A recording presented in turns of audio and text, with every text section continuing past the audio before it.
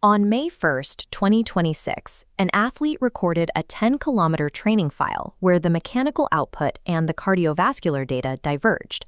The primary dashboard shows a session covering 10 kilometers over 92 minutes, maintaining an average pace of 9.21 minutes per kilometer. Software models assign this pace a low internal cost, calculating an excess post-exercise oxygen consumption of 14.8 and a peak training effect of 1.7. The velocity data indicates a different level of exertion. This bar chart shows exactly 410 seconds spent at a sprint in speed zone 5. Mechanical power mirrors this intensity, logging 471 seconds of output in power zone 5. 8 full minutes of sprinting typically triggers a significant cardiovascular response. Here, however, the heart rate data remains flat. The athlete spent 0 seconds in heart rate zone 5. Instead, over 5,000 seconds, vast majority of the session, remained in heart rate zone 1. Standard algorithmic models are unable to reconcile this divergence between maximal mechanical output and minimal cardiovascular escalation. Fitness algorithms rely on a linear relationship between work and heart rate. They assume that as mechanical intensity increases, the heart rate must follow. Because of this assumption, standard dashboards categorize this 10-kilometer file as a generic low-effort walk. This automated assessment occurs because the algorithm operates without visibility into respiratory intent. Athlete clarification identifies the session as a heart rate-gated locomotor apnea protocol. Biometric telemetry requires the structural context of the protocol to differentiate between generic movement and specific physiological stress.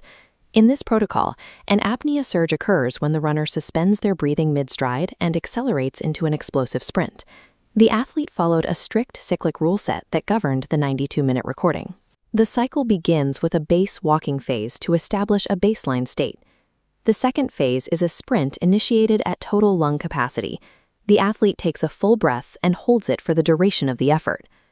During the third phase, the athlete walks and waits until their heart rate returns to the 100s. The final phase is a second sprint initiated at residual volume, on an empty lung, followed by a recovery period to complete the cycle. The high speed and power readings recorded by the watch represent these specific scheduled breath-hold efforts. Applying this cyclic loop to the analysis organizes the data into a controlled interval architecture. The defining rule of the protocol is the forced recovery until the heart rate drops back into the 100s. Traditional interval training relies on fixed time intervals, such as a 60-second rest period regardless of internal state.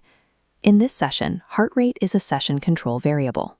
As the graph shows, the next speed surge cannot begin until the heart rate returns to the target baseline. This methodology uses autonomic gating. The athlete relies on the body's internal downregulation to dictate the timing of the next stressor. This gating strategy prevents the cardiovascular escalation typical of repeated sprinting. The heart rate remains in zone 1 across the entire session. This explains why over 5,000 seconds of the session remained in heart rate zone 1 despite the maximum power outputs. Autonomic gating ensures that a specific physiological state is reached before the athlete initiates the next hypoxic challenge. The protocol alternates between total lung capacity and residual volume to vary the nature of the stress. A surge starting at total lung capacity utilizes a full gas reserve, which delays the onset of respiratory distress. This delay allows the athlete to maintain sprint mechanics while focusing the nervous system on reserve-based control. A surge at residual volume begins on an empty lung. With no gas reserve, the athlete immediately experiences air hunger. The empty lung generates a strong autonomic distress signal. Composure must be forced while sprinting under an oxygen deficit. The RV surge trains distress tolerance and the ability to maintain mechanics under hypoxic pressure. Alternating these lung states creates an oscillation between mechanical output, respiratory stress, and parasympathetic settling.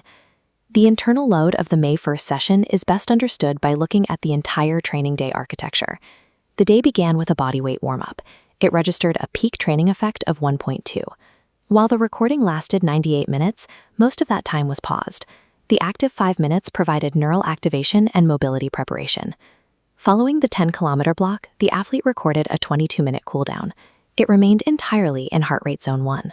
This zone 1 restriction identifies the block's purpose, autonomic decompression to settle the nervous system after the apnea loads. The entire day follows a three-part sequence: prepare, stress, and settle. The low-cost blocks are used to prime and protect the nervous system around the primary interval load. Automated algorithms often misread apnea work as low-effort activity. Wrist and chest telemetry cannot detect respiratory intent or the mechanics of a breath hold. To give the telemetry meaning, manual logging is required. Repetitions of TLC and RV surges must be documented.